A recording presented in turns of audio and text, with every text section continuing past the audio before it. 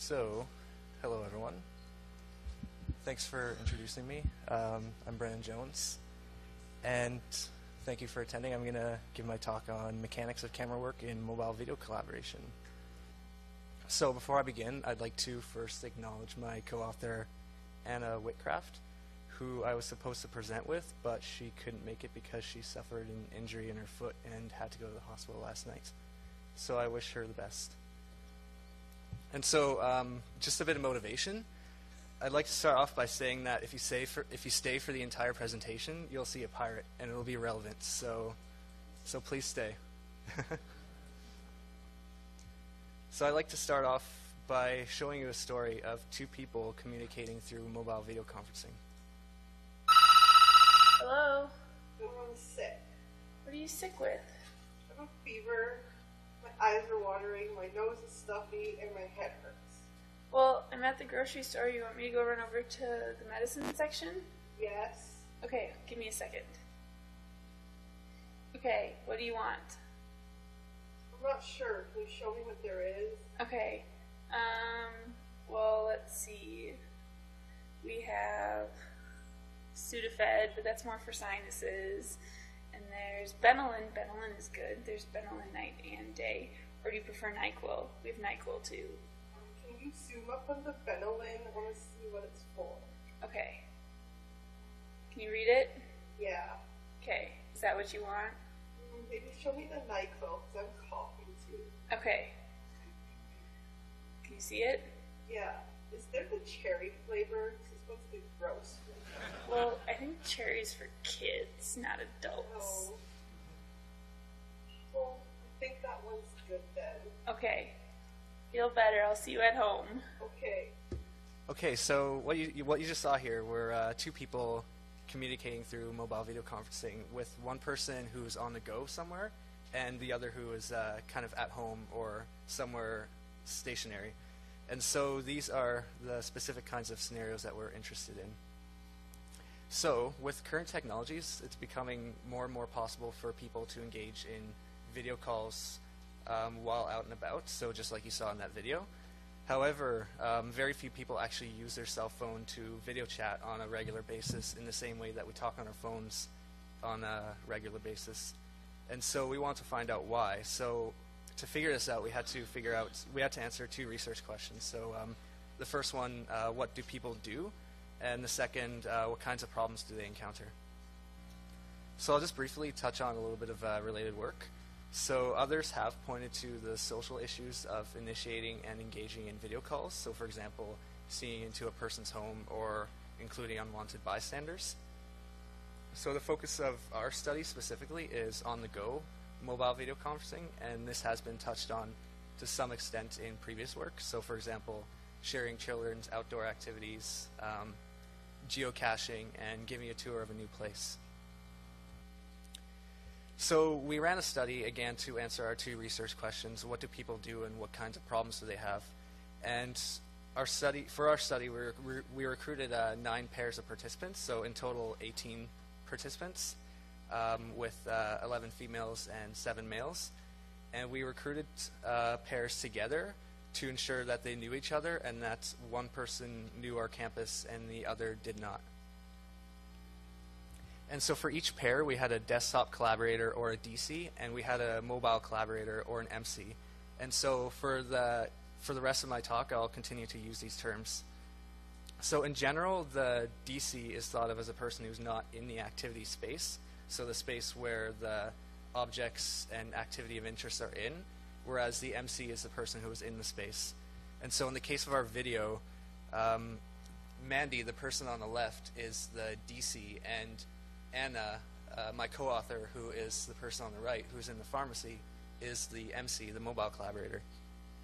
So in our study, we had the DC sit down at a cubicle desk and use a desktop computer, while the MC walked around to various spots on campus and used a smartphone, and they're both connected to each other through Google Hangouts.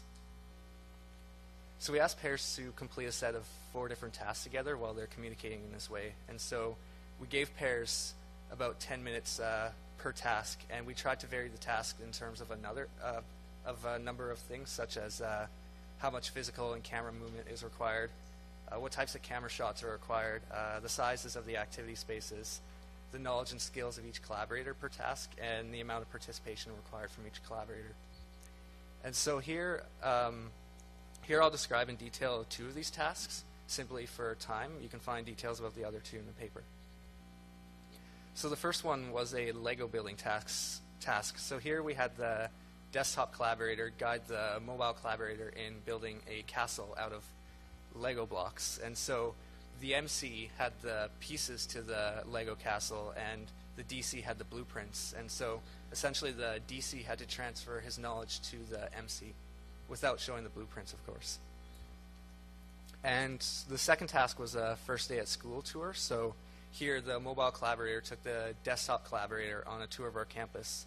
So remember that the DC is the person who doesn't know our campus, and the MC is the person who does. And so during this, we asked the DC to draw a map showing 5 key landmarks and their locations to one another. And so in this task, the MC was essentially transferring her knowledge to the DC. So we collected data by recording videos. So we recorded the video calls from each pair. So both the mobile and the desktop side were recorded. And we iteratively analyzed and coded each video, looking for specific patterns such as how did pairs communicate, how did MCs operate the camera, what problems did they encounter, things like that. So for our findings, we branded our 2 research questions with a green triangle for research question 1 and a red square for RQ2.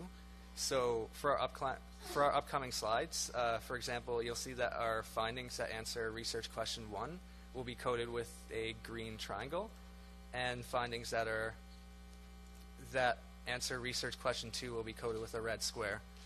So here's kind of an overview of basically what our findings answer. And we won't go into too much detail about how people moved around, but if you guys are interested, I'd be happy if you ask the question later on. So first, how did people use the camera? So for camera use, we broke down mechanics into 2 categories, so overview and detail. So we'll go over each of these with examples. So in general, overview shots are when the MC wants to give the DC an overall sense of what's in the environment. So usually the camera is moving or held in a fixed posture, or the MC is moving or standing still. And so we categorize these into 5 different types of shots. So static, approach, pan, spin, and walkthrough. And I'll go into detail about some of them.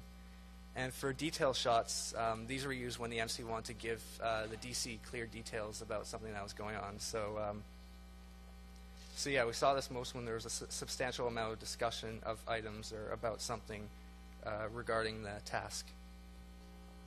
So I'll show you an example of static overview. So before I begin, I'd like to explain first that what you see here is the mobile collaborator's view. So this is what the desktop collaborator sees of the mobile collaborator. Right here is the DC's view. So here's what the mobile collaborator sees of the DC. And here's basically a third-person view of the DC. So nobody sees this view. This is just for video coding and for a demonstration. So first I'll talk about static overview. So in this example, the MC provides an overview of the topic without moving, so it's static. And this occurred most during task 2, which was giving the DC a tour of the campus. It acted kind of as a picture for the DCs to take in what was being seen because it was an important part of the task. And across that, see that checkered green and dark green building? That's TFDL, that's a Taylor Family Digital Library. Can you hear me? Yep. Yeah, so that's the newly built digital library that we have. It has 6 floors. The first 3 floors are for kind of group work, I guess, and the last 3 floors are for quiet study. So as you just saw, the MC gave an overview of the courtyard to give the DC an idea of the campus area that was being shown. So next I'll talk about pan overviews. So in this type of overviewing, the MC provides a pan of the topic being discussed so that the DC gets an understanding of what is being shown in the environment. So I'll just quickly play that. Oh. So you get your combos and sides as well. 7, maybe. These are your choices? Yeah. So as you just saw, the MC panned the camera across the food items to give the DC an idea of kind of what was there, what was at the restaurant. So next I'm going to talk about detail mechanics. So we usually coded these as center staging. So in this example, the MC focused on an object and centered it in the camera frames for the DC to take a closer look. So let me just, here, this is the name. Okay. At 674. So we already took. And so you'll notice in our intro video that Anna kind of did a similar thing when she was showing Mandy the medicine. She was like holding it up to the camera and showing what kinds of symptoms it was best for. So there are also numerous instances of MCs using the camera and physical actions to supplement or to replace their speech entirely, sometimes by asking questions like in this video. In a purple block? Yeah, 3-piece? Yep, 3-piece. Just put it at the end of the left. Don't connect it though. On the left side. The left side. And turn it 90 degrees up. Oh, other way. Other way. Yeah, like that. Yeah. So there's ambiguity, and there's often ambiguity in what people say, and so people use physical actions and the camera to clarify. So this MC was basically hovering the block over several positions as a way of asking whether or not the block should go there or not. In addition to asking questions, MCs also answered questions through camera work as well. So you want a muffin? It's $1.43. Really? How big is it? Is it like one bite? Oh, okay. It's big. So she answers the question by showing him the muffin, basically. So in this video, the MC points the camera at the menu board, but is unable to show clear details of it, so she also reads from it. Still beef. Spicy beef? No. Okay. Alright, so a beef combo would be $8.49. $8.49. Okay. So we can't see it, but 8. So a beef combo is again $8.49. So also notice here that the MC has total control and the DC has almost none. So now I'm going to talk about an example of when the DC tries to take control of the camera. And so even though the MC has total control, the DCs often try to take control by commanding the conversation and directing the MC, as in this video. Yeah, the one shot, you know, I think this will be cheaper, not this one. The color, the other color, the blue color, that, yeah, maybe the white color, that one, how much? This one? How much that? Yeah. So when this happened, as you just saw, the experience often becomes frustrating. Another issue is that DCs would often point and gesture at the screen, but this could not be seen by MCs, as you see. So this, so here's an example. So she's pointing at the screen, but this is what the MC sees. So the MC has no idea that this is going on. And numerous people did this, so it was quite a common issue. So now just a quick discussion. So here's some of the common goals that collaborators wish to accomplish. I won't go into too many details about this for time restrictions. You can find out more in our paper. With regards to gesturing and drawing attention, so both collaborators want to gesture. This is somewhat easy for the MC to do, but not very easy for the desktop collaborator. And so the idea is that mobile video conferencing tools should better support this. And in addition, means of gesturing that rely on natural cues, such as pointing, are more beneficial than explicit means such as clicking on a screen. And in addition, allowing the MC to maintain a high level of awareness while receiving these cues is important, especially if there are a lot of distractions around the MC. There are some participants that mention the limited field of view being somewhat of a hindrance, so perhaps increasing field of view in mobile video conferencing might make tasks such as searching and navigating in large environments easier for the desktop party. So here's the pirate that I promised. So giving the remote party, the desktop party, the ability to remotely control the mobile camera might also be beneficial. And so as you see, this has been explored in previous work. The main takeaway from our work is that remote control mechanisms should take into account the types of camera mechanics that we discussed, like overviews and details, and the common goals of communicators that we discussed. So just to briefly conclude, mobile video conferencing enables a whole host of new applications.